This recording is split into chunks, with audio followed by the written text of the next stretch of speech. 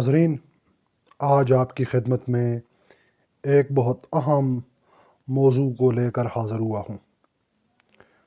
اردو ادب کی جو تحریکوں کی ہماری سیریز ہے، یہ ویڈیو اسی سلسلے کی کڑی ہے۔ آج کی ویڈیو میں ہم بات کرنے والے ہیں رومانویت یعنی رومانٹسزم پہ۔ اس ویڈیو میں ہم رومانٹسزم کو انگریزی میں، پھر اس کو اردو میں، اس کے خصائص اور اس کی ابتدا اور ارتقاء کے حوالے سے دیکھتے ہیں۔ جب تک کہ آپ کو کلاسیکیت کی سمجھ نہیں آئی، تب تک آپ رومانویت کو آسانی کے ساتھ نہیں سمجھ سکتے۔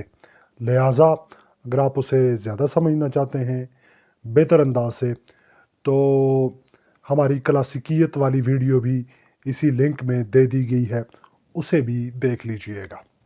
اور ہماری حوصلہ افزائی کے لیے آپ ہمارے چینل کو سبسکرائب بھی کیجئے اور فیس بک پر ہمارے پیج کو فالو بھی کیجئے۔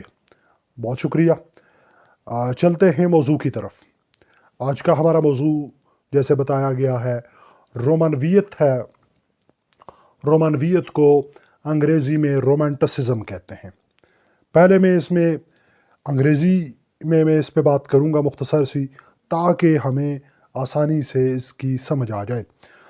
Romanticism is a movement which occur reaction against the rationalism and the strict order of enlightenment. Romanticism is a response of industrialization and rationalism and enlightenment. It means that Romanticism is a movement which occurred during the period of enlightenment and also industrializations.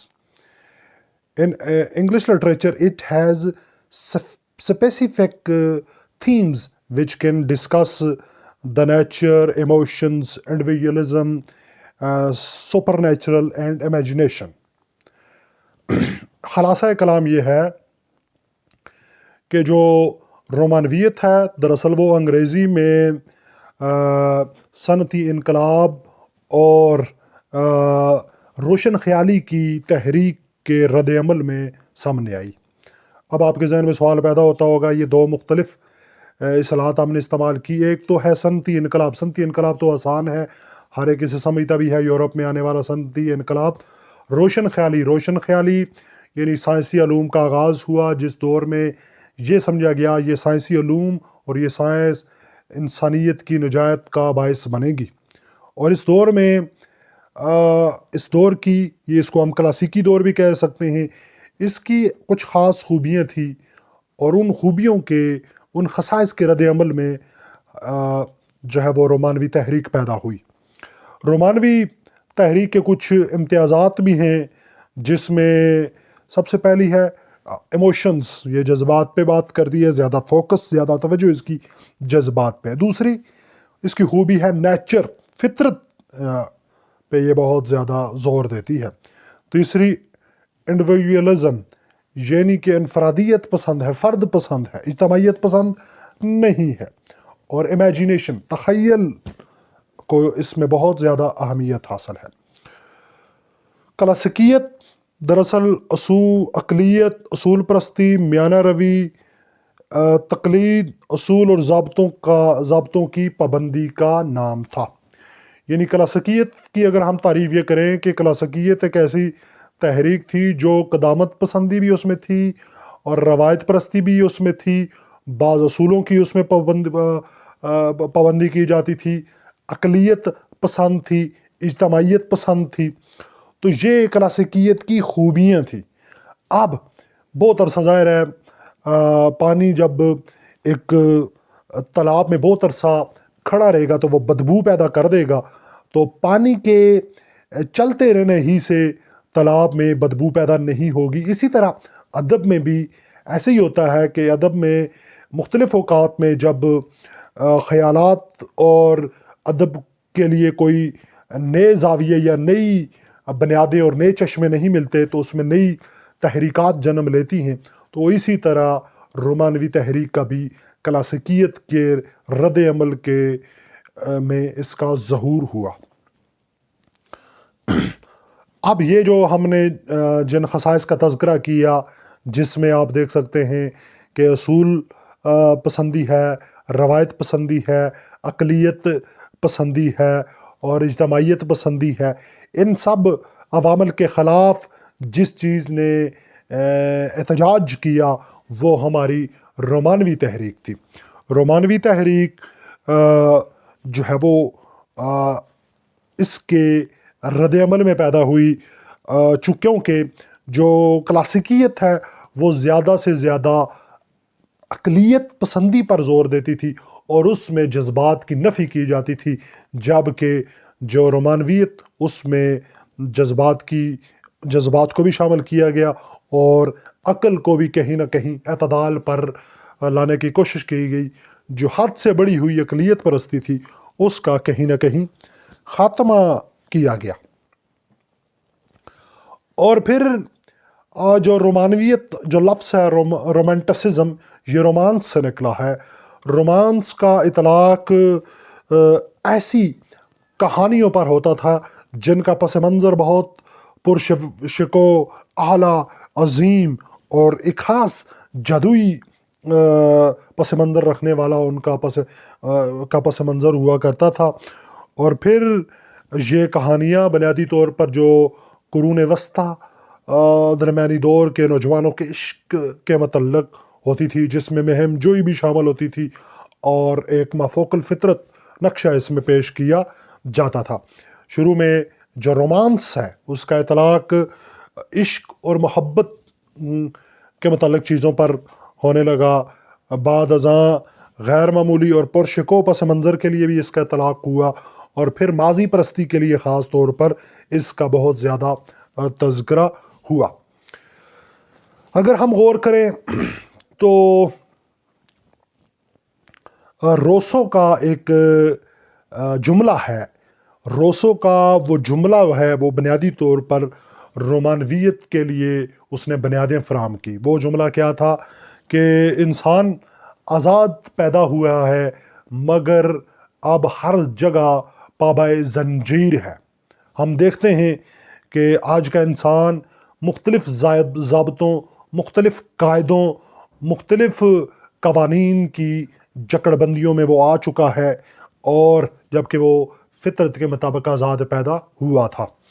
تو یہ Rousseau کا بنیادی جو جملہ ہے یہی رومانویت کے لیے بنیادیں فراہم کر رہا ہے۔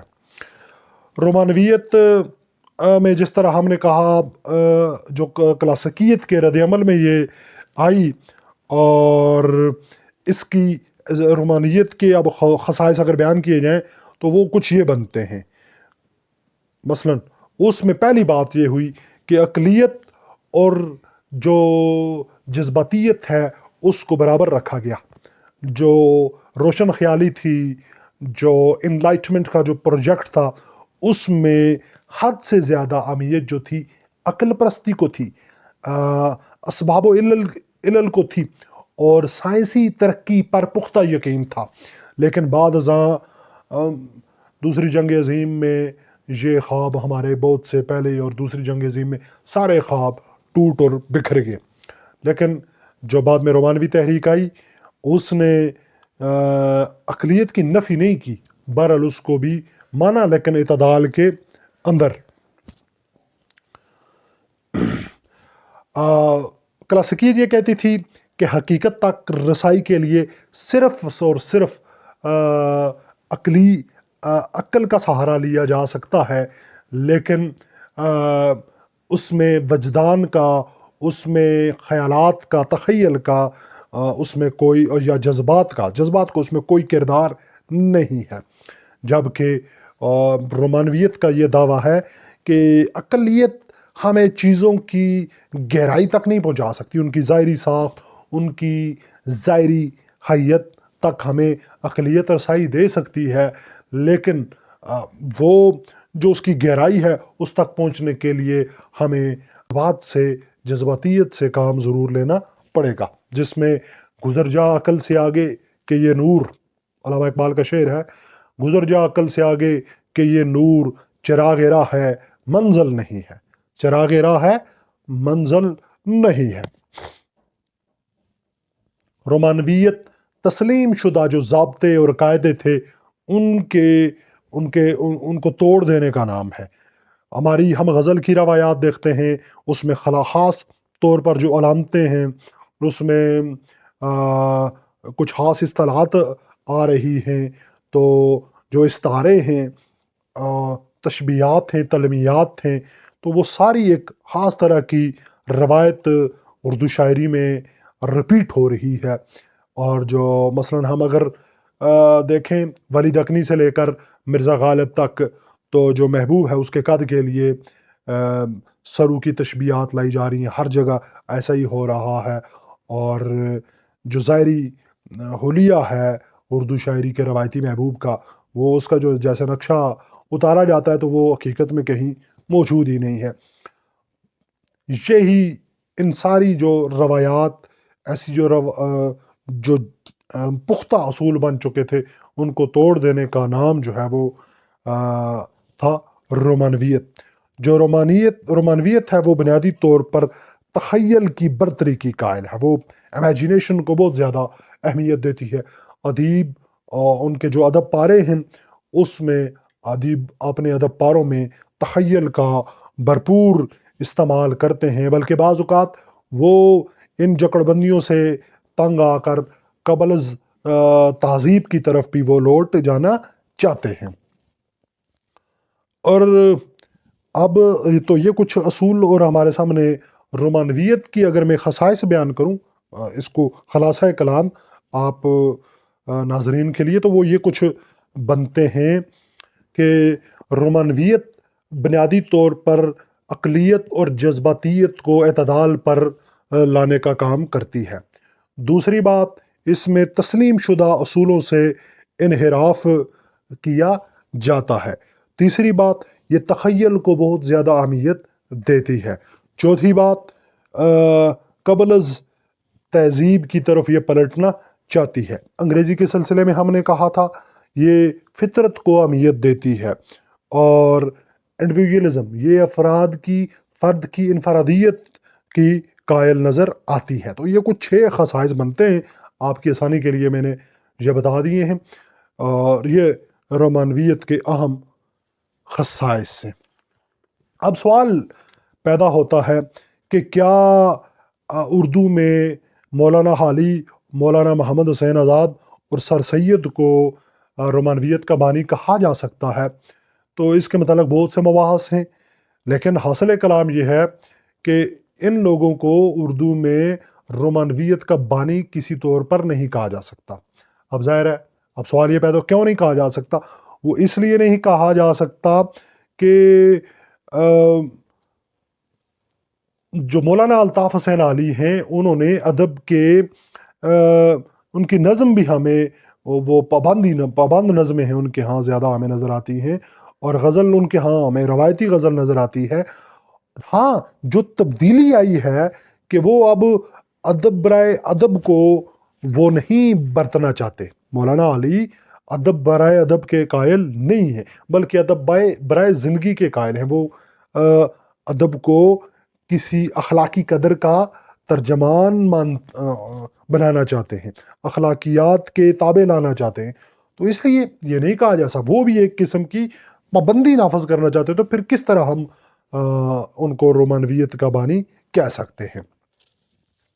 اگرچہ ہم علامہ اقبال کو رومانویت کا بانی نہیں کہہ سکتے اردو میں، لیکن صحیح معنوں میں اگر کسی شاعر کے ہاں رومانوی جو احساس ہے وہ نمایاں ہے، تو وہ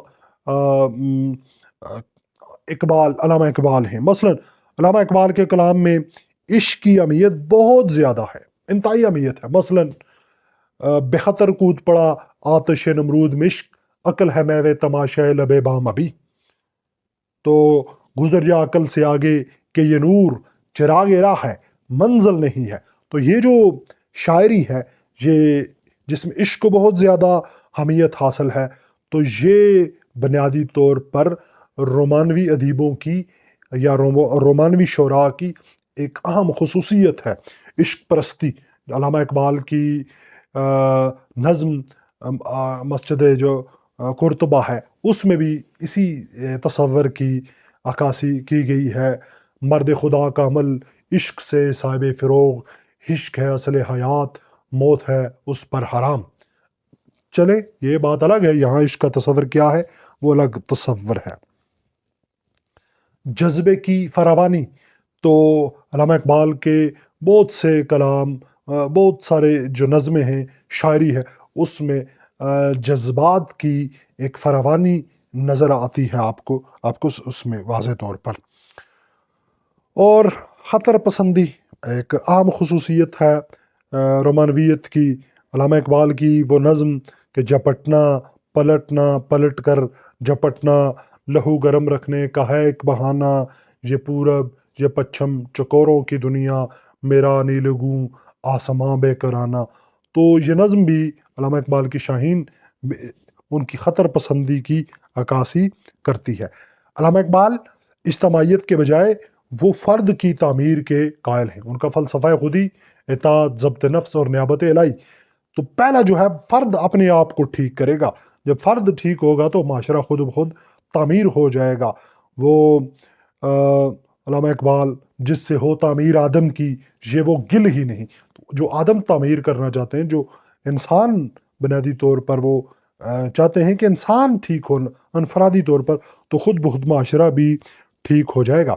ماضی کو وہ بہت پسند کرتے ہیں کہ وہ کیا کبھی اے نوجواں مسلم تدبر بھی کیا تو نے، وہ کیا گردوں تھا جس کا ہے تو ایک ٹوٹا ہوا تارا، تجھے اس قوم نے پالا ہے آغوش محبت میں، کچل ڈالا تھا جس نے پاؤں میں تاج سرے دارا۔ تو ماضی پرستی، ماضی کے ہیرو جو تاریخ میں امر ہو جانے والی شخصیات ان کو بہت پسند ہیں۔